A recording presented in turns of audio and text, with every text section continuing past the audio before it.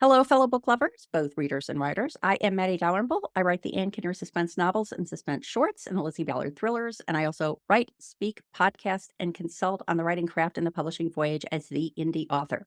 And this is my video series, What I Learned, where I ask authors two questions related to their latest book. What did they learn from that book that they would like to share with their fellow writers? And what did they learn that they would like to share with their fellow readers? And I'm here today with Nancy Chadwick. Hey, Nancy, how are you doing? I'm well. How are you? I'm doing great. Thank you.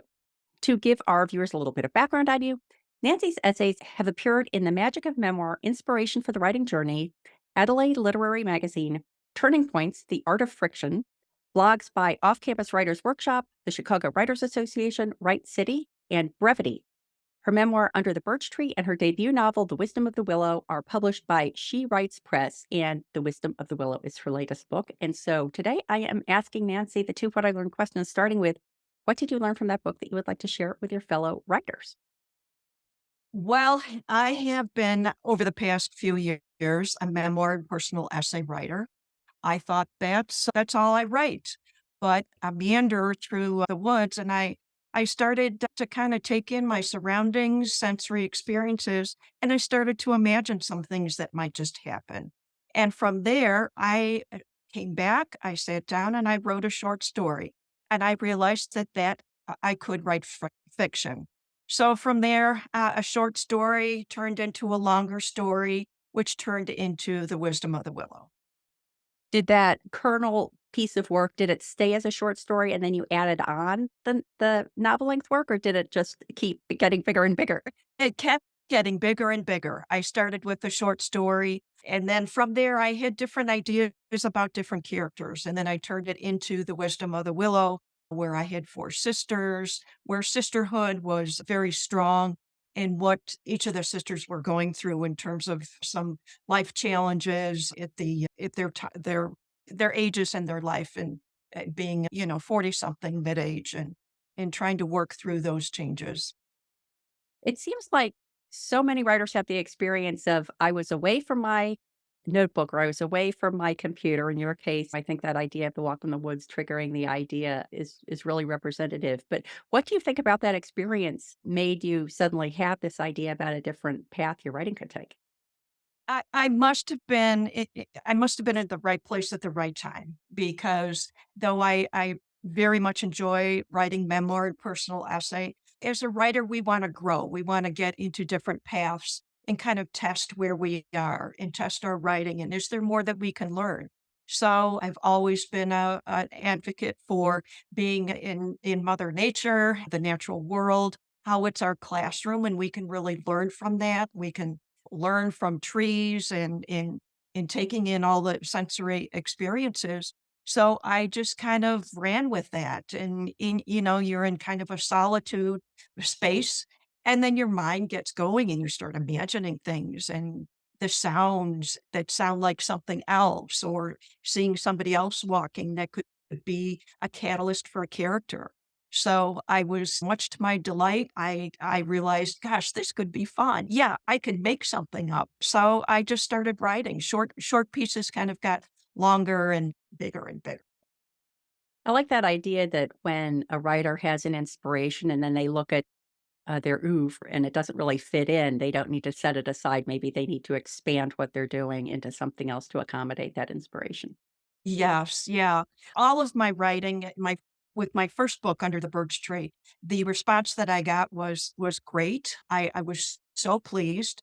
The response was, I found the book very relatable, what you were going through in your experiences. So with the second book, I wanted to make sure that what these sisters were going through, their life changes, were relatable, that a reader who was reading these characters can identify with it and say, oh, wow. Yeah, I'm going through that now, not only outside, but inside within their sisterhood and how they interact, because those sisters are also different.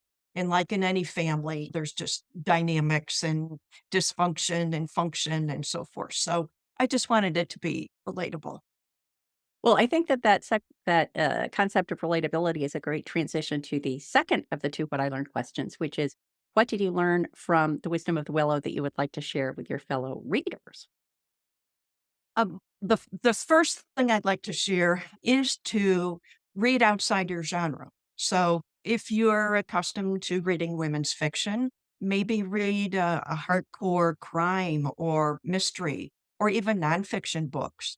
You know, expectations can be kind of a funny thing. If we stay reading within our genre, we kind of expect the plot to go a certain way or characters to be a certain way. We read outside our genre and we may be pleasantly surprised that we may like a mystery and think, wow, those characters are really developed. And I really like that plot. So you never know what you're going to discover by reading outside your genre. It would be cool if there was some kind of guidance that says, if you like this part of a certain book, a certain genre, you'd like others, or maybe not other genres, but other specific books. Like, I'm a big sucker for any book that has a really well-rounded cast of characters, and I can find that Yes. in all sorts of different genres of books, as you're saying. Or some people are driven by a compelling plot, and then Mhm. what's the set of books across genres that meet that? Right, right. It's kind of a nice analogy to neither as a reader nor a writer should you be locked into one genre. No, no. And as a fact, when I talk to other writers and authors, and this is why I kind of encourage writers to read stories, just to do a lot more reading as well as their craft of writing, because there's so much that can be learned about the craft of writing through reading.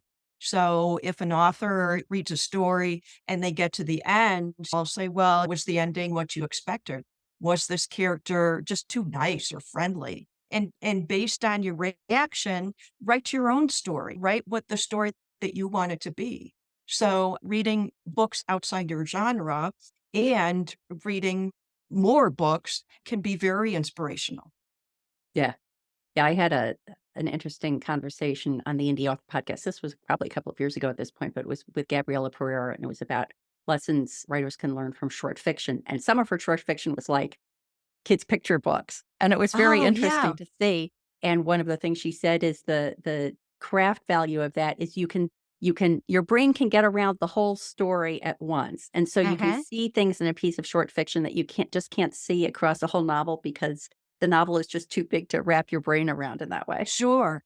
I love short fiction, and in fact, that's kind of my next little project is to write shorter and shorter fiction, flash fiction, getting down to a brevity. Just keep editing and editing.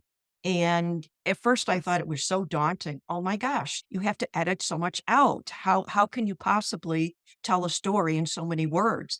But you can. I mean, there's so much. It's not what's there, it's what's left out. Yeah. So it really challenges you to get down to that nitty-gritty point of the story in very few sentences. Yeah.